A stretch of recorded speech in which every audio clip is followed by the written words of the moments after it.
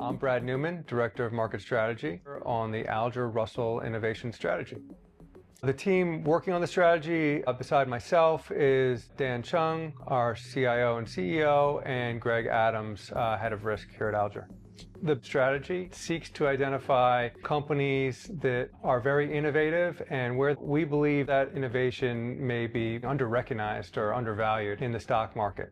So I think it solves a few problems that exist. Number one, accounting hasn't been keeping up with the changing nature of the economy. Investments in intangible assets like software or new drug development, that research and development isn't captured on financial statements adequately, and so this, we believe, solves that problem. So it's really allowing investors to directly invest in R&D and innovation.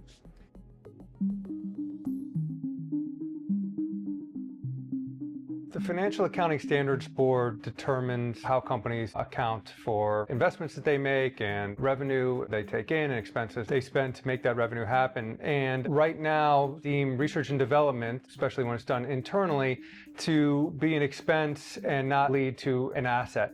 And so because they don't see any asset that R&D necessarily leads to, it isn't capitalized on the balance sheet. That means that it's missing from the balance sheet, missing from book value, and it means that it detracts from net income. It's just purely an expense, and it doesn't get recognized over many years like an investment in a tangible asset would.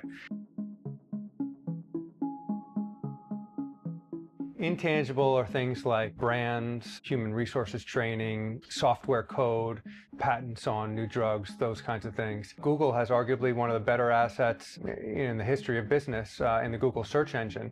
And the Google search engine has a value of precisely 0 on the balance sheet. It's missing from the balance sheet, despite the fact that everyone knows it's a fantastic asset. And that's because it was intangible investment done internally, and no one could put a value on it when they were doing the research and development. Research and development on AI models. These AI models clearly are very powerful, and I think that they're assets for everyone who uses them, yet they would detract from income statements and be missing from the balance sheet generally.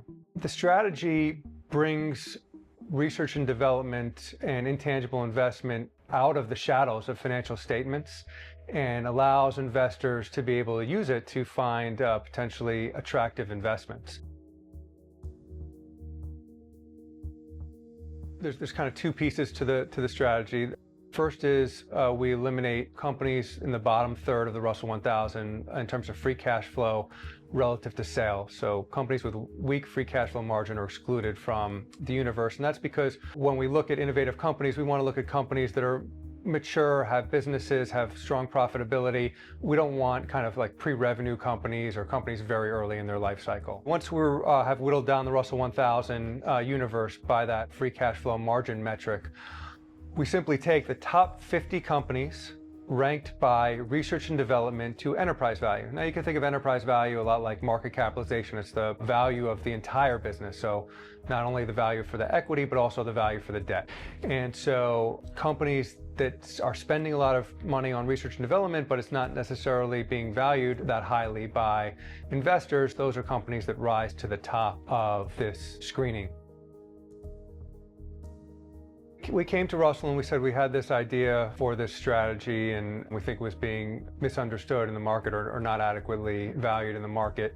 Then once they did research, we started talking about, what was most optimal in terms of how often it should be rebalanced and how many holdings it should have and what exact metrics should go into building it. So I think they helped refine it, but we brought the idea.